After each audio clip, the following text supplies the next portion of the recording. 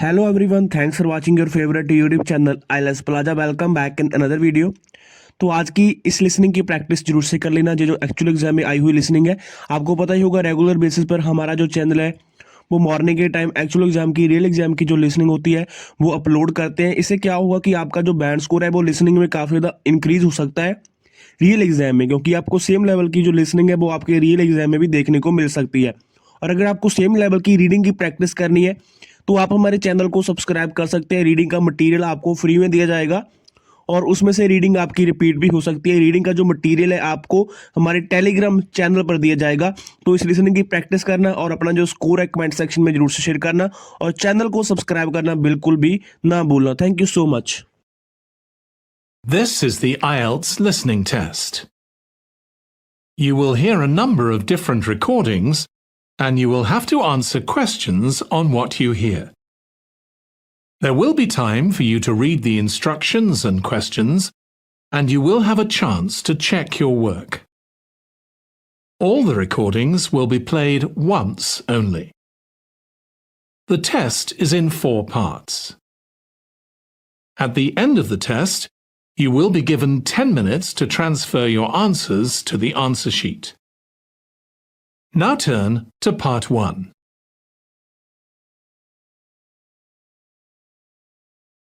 Part 1.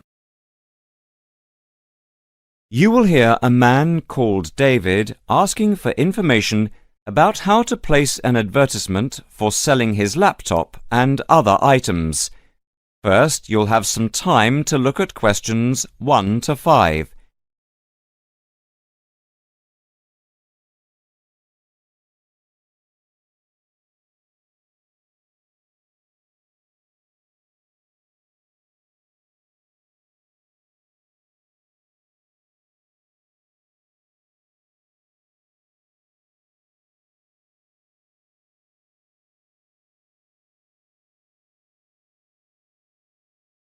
Listen carefully and answer questions 1 to 5. Hi, I'm Debbie. How can I help? Hi, my name's David. I'm just looking to place an advertisement on the main union notice board to sell a laptop and a few accessories, if that's possible. Sure, that's not a problem. I take it you are a member of the Students' Union? Yes, I am. Right then, I'll just get a form up, and as there is no one around, and it looks as if it's going to be quiet for a while, I'll just type the details straight into the computer for you. Thanks very much. No problem.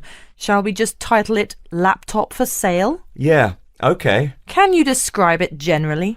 Well, it's in very good condition. In fact, it's hardly been used. Why are you selling it, if I may ask? Well, I've got another one which is much lighter, and I don't really need two. I see. What weight is the one you are selling? It's 3.5 kilograms. That is heavy these days. Can you give more details about the one you want to sell? Right. Well, it's an Allegro, and it's got all the latest programs. OK. What about the memory? The memory is only 0.5 gigabytes. And what about the screen size and the other features?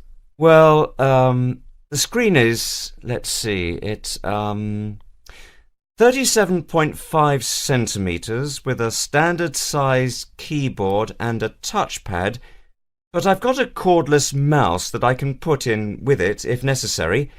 Some people don't like using a touchpad. What about ports or holes for attaching things to the laptop?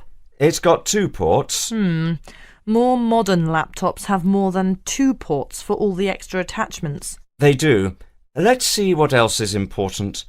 Oh yeah, the battery lasts for 2.5 hours, which is okay, but not enough for train journeys. But one thing is that it's not wireless. Right, OK, not wireless. Before you hear the rest of the conversation, you'll have some time to look at questions 6 to 10.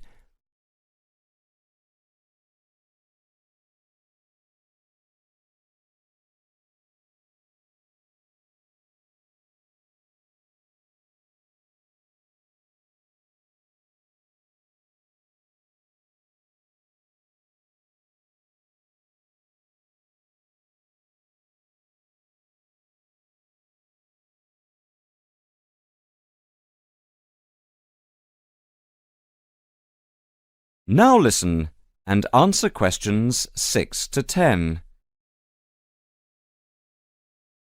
Anything else I can put on the advertisement? There's a webcam built at the top of the screen, and I can throw in a printer, a scanner and headphones, which I got with it in a special deal. It also comes with its own case for carrying it around. Actually, the case is quite smart. I'm hoping these things will help it sell. They should do. Right, I think I've got all that. How much do you want for it? That I'm not sure about. It's worth about £900 to £1,000 new. Yeah, but you won't get that much if it's used, and even if it's in good condition. What about £500? I doubt if you'd get as much as that. More like £200 or £300. If you look at the notice board, there is one on there which is comparable to yours, and it's not more than about £250, I think. As little as that? I'm afraid so. Shall we say £300? OK, put that. Can I take some contact details for the advert? The name's David Bristow. Bristow? Yes, that's it. And a mobile or email? Both if you want. That's 09875 423387. That's it. If you send the picture, I'll add it and print it out and stick it up for you. OK, I can get that to you today. Right, I'll type in here, advert placed the 22nd of October. Fine, and good luck with the sale. Thanks.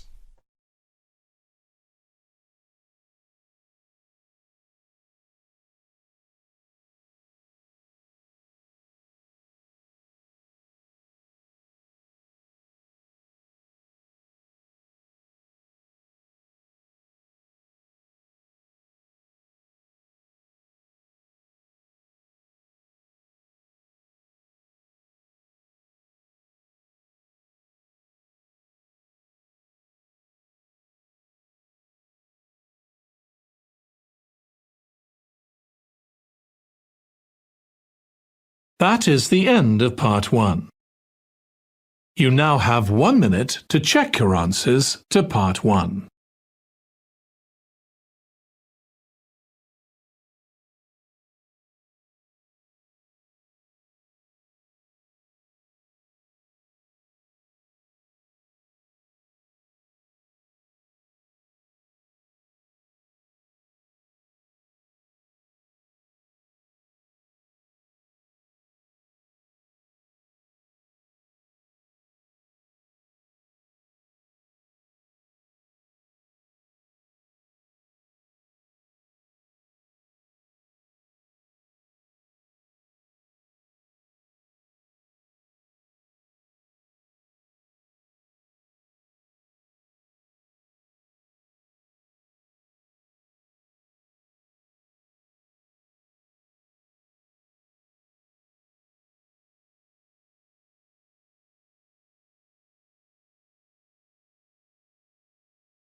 Part 2. You will hear an announcement made by an official for the preparation plans for the town's 250th anniversary celebrations. First, you will have some time to look at questions 11 to 15.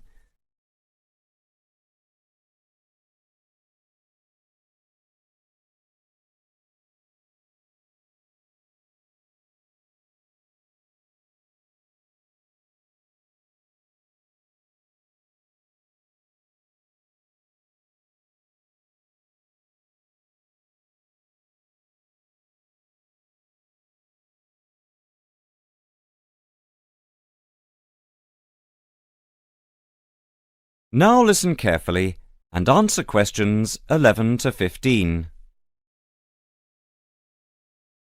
And now for the preparation plans for the town's 250th anniversary celebrations.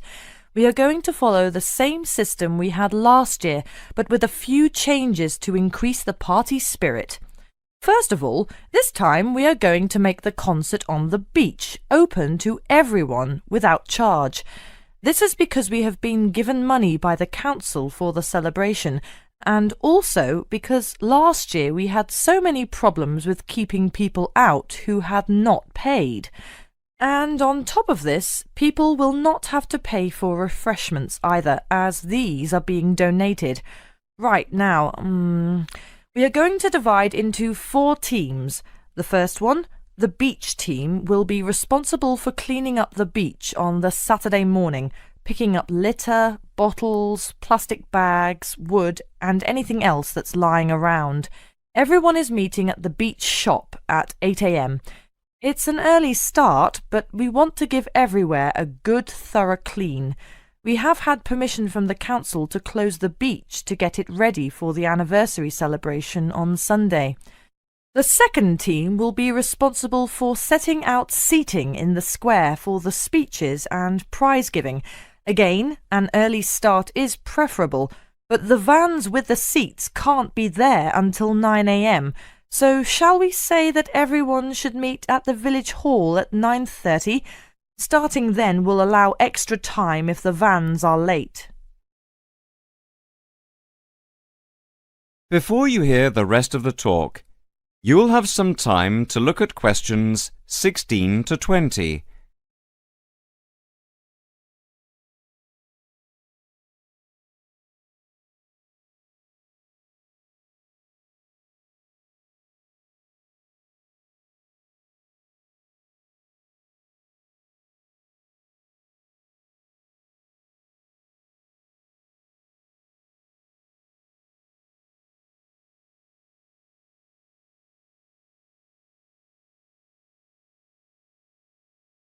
Now listen and answer questions 16 to 20. Now the third team will be the judges. For each of the various competitions we will have 3 judges. On the whole, they will have had experience of judging before. There will be a boat race, a swimming competition, and the best fancy dress. A cash prize will be given to the winner in each category, and for the 2 runners-up there will be book tokens. There is a sponsored mini-marathon, and by the deadline lunchtime today, we had 263 applicants with ages ranging from 15 to 60. That's 80 more than last year. Each entrant has paid a £20 registration fee to enter, and all the profits will go to the local children's hospital to help fund much-needed specialist apparatus. The fourth team consists of the wardens for the day itself. We are expecting at least 10,000 people if last year is anything to go by. The fields near the entrance to the beach can be used as car parks, and we need wardens to help make sure the actual parking is more organised than last year, which was a mess. We also need someone to be in charge of the first aid, which will be at the entrance to the beach. Finally, we need some volunteers for the clean-up. Last year we didn't do this very well, and so the council has agreed to provide large bags to collect all the recyclable material like glass and plastic, etc. But we have to deal with the rest, like leftover food, ourselves. We don't want to leave piles of rotten food around or dangerous bottles.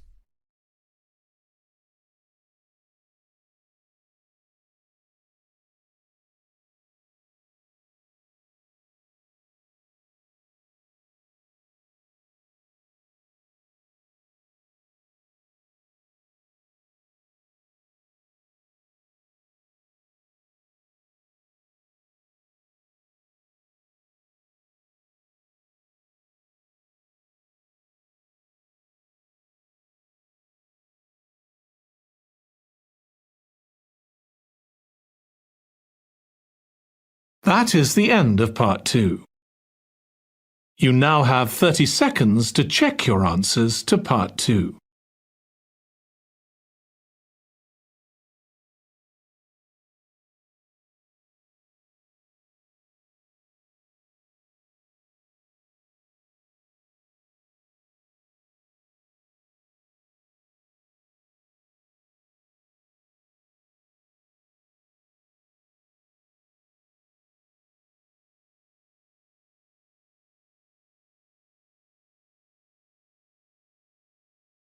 Part 3.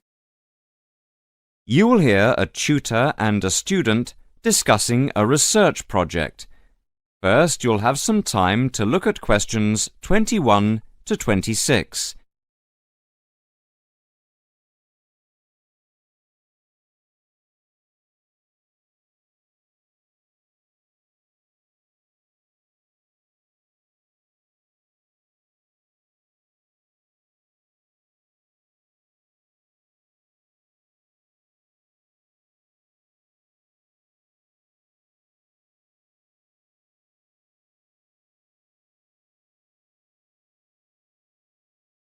Now listen carefully and answer questions 21 to 26.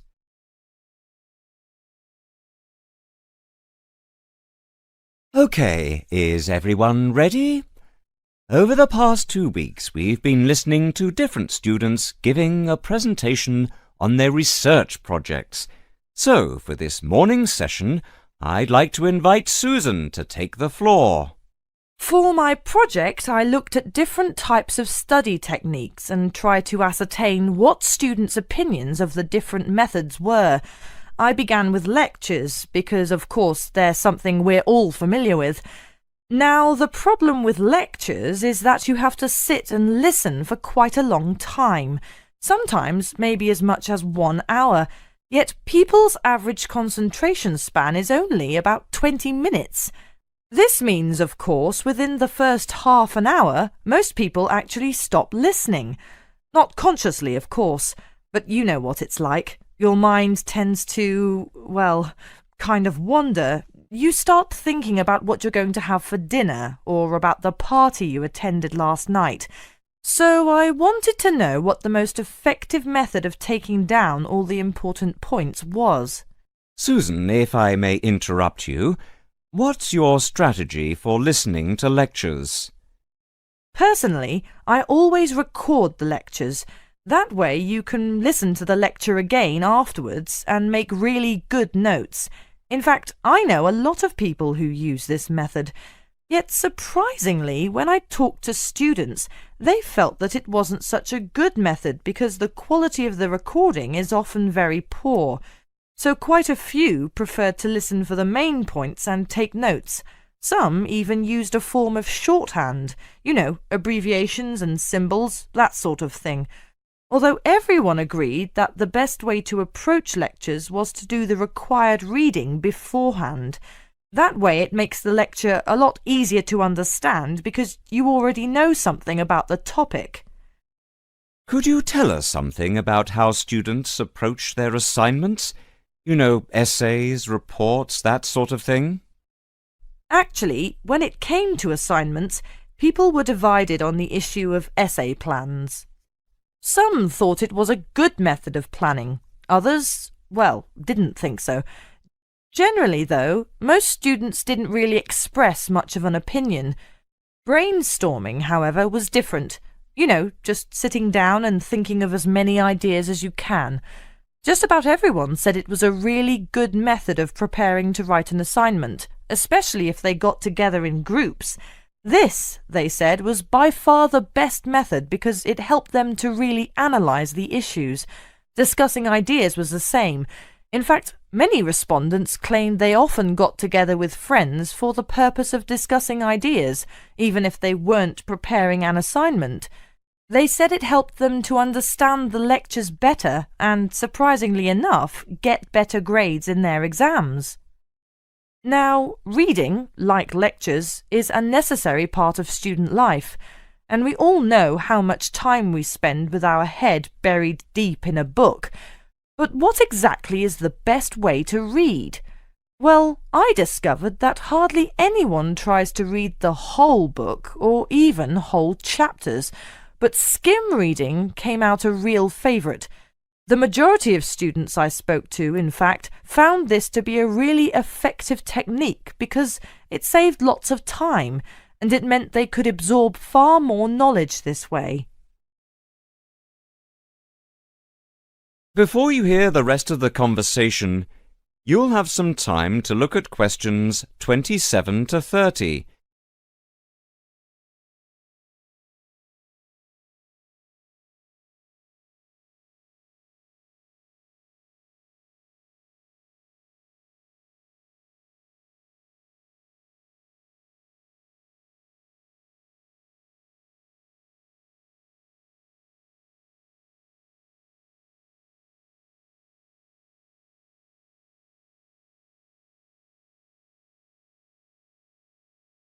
Now listen and answer questions 27 to 30. Susan, in your opinion, what do you think is the biggest problem students face at university? Time management. What I mean to say is that it's a much underestimated skill, and because it's underestimated, it's an area often neglected by students, especially young students who are used to other people planning their time for them. So I set about asking students exactly how they planned their time. Interestingly, however, nearly everyone said that time management was significant, yet few people actually used the technique. Most commented that they were too busy with their studies. When it came to studies, I found that the vast majority of students worked part-time, generally in the evening, which most respondents claimed was the best time to study because they'd been thinking about the subject all day and many ideas were fresh in their minds. In fact, they said having to work was the biggest burden they had because it meant they couldn't study in an evening and had to study on weekends instead, when they needed to relax and forget about their studies. A few of the respondents even said they got up early in the morning to study. On the whole, I found that time management is most people's biggest problem, and I feel that more should be done by the university to help students to plan their time more effectively. Sorry, Susan, but I'm going to have to ask you to start wrapping up now. We're quickly running out of time. OK, well, the final component of my research was the dreaded exams. Now, I don't know about you, but I really hate exams. But when I talked to the students, I found that some students actually liked them.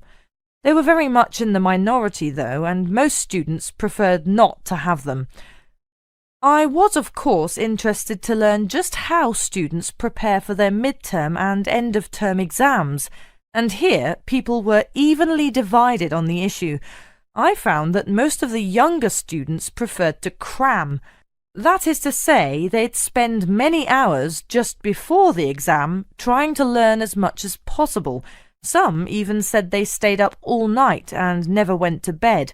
And this was because they were too interested in their social life to pay much attention to exams during the term. Older students, however, were much more conservative. They tended to read much more widely and spend time thinking about the topic, making notes and so forth.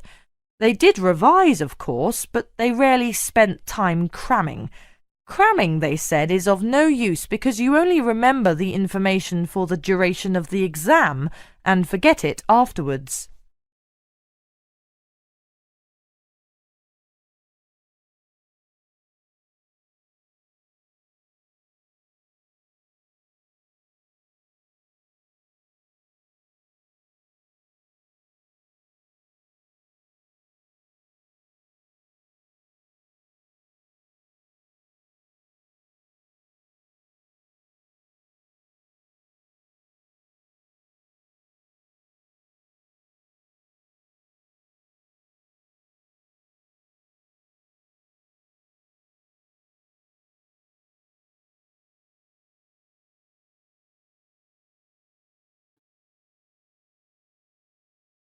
That is the end of part 3.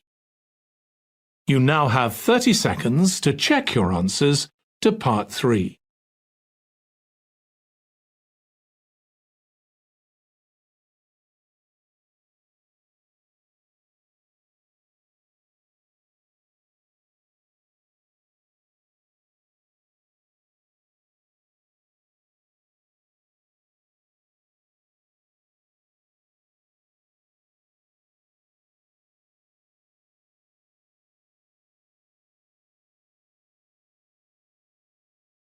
Part 4. You will hear a student talking about a survey conducted among people of different age groups to find out how architecture may affect people's lives.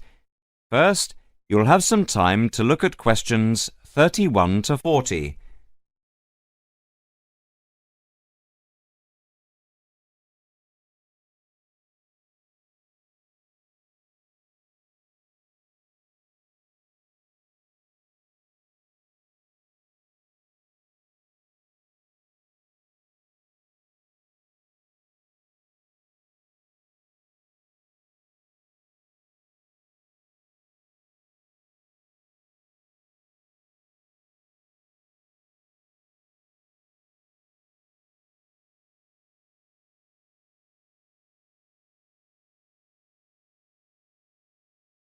Now listen carefully and answer questions 31 to 40.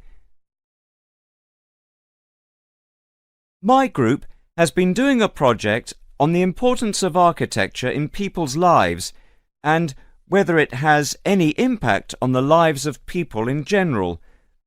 The main part I have played is in the collection of data to find out what effect, if any, various buildings have on people's mood, i.e., whether ugly buildings make people unhappy and whether beautiful buildings do the opposite. We had originally thought of starting measuring people's reactions by using a questionnaire with about 40 questions, which we were going to hand out to people, including students at the university. But we were worried that doing the questionnaire would be too time-consuming for people to fill in, so we gave up the idea. I then asked several of the postgraduate students for advice. One of them came up with the simple idea of showing people images of various buildings from different eras and styles instead of giving out the questionnaire, and asking them to indicate how they felt on a scale of 1 to 5 about the images, where 1 was unhappy and 5 was very happy. People would also be given the option of not saying what they felt. Using the scale meant that it would be much simpler to record people's reactions. I decided to follow this advice, and so the first stage was to collect a large number of images. I used Google to print off colour images of views of houses and apartment blocks where people live, and different types of buildings where they work. I started with about 30 or 40 and reduced them to 10 images. Media resources in the Amory building at the Judd Street branch of the university helped me produce the final images. I had them blown up to A4 size, and we used colour rather than black and white to make the detail on the images clearer. We made 5 sets of images, and for protection when handling, we pasted the images onto hard card. Then, using a machine to wrap them with plastic, we laminated the cards. 5 of us targeted different age groups. We went to a local school where we obtained permission to ask a group of teenagers between 11 and 18. We also asked a sample of the general public, including tourists from all over the world, as they exited the Tate Modern in London, what they thought. We aimed to ask people from different age groups, namely 20 to 40 and 50 and over. What our group learnt most from the project was first of all the value of teamwork, and secondly, we found that we had to appoint a leader to stop us pulling in different directions and falling apart, so this turned out to be an invaluable lesson for all of us. As to the findings, for us they proved intriguing. In the end, the sample consisted of 311 respondents. I thought initially that people wouldn't be interested in taking part. With the youngest age group, their reaction was very mixed. It was clear that the youngest group had no pattern of preference at all, as they frequently gave no reaction to the pictures. For the 20 to 40 age group, we found that they tended to score more in the middle range, around 3. We found that out of the 3 groups, the most likely to be favourably affected by the images, that is, they were more likely to score the images as 5, were those aged 50 and above. And nobody in this age group failed to say what their reaction was, which was unique for the 3 groups. In total, I have to say that about 71 people indicated that they had no reaction at all to an image. Our general conclusion is that we need to find out more about why people react as they do, by perhaps giving them a chance to give reasons for their decisions. I would like to finish there and give my teammates a chance to add anything I have missed, or take any questions or suggestions.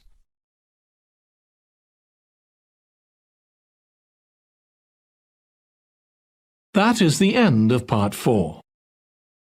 You now have 1 minute to check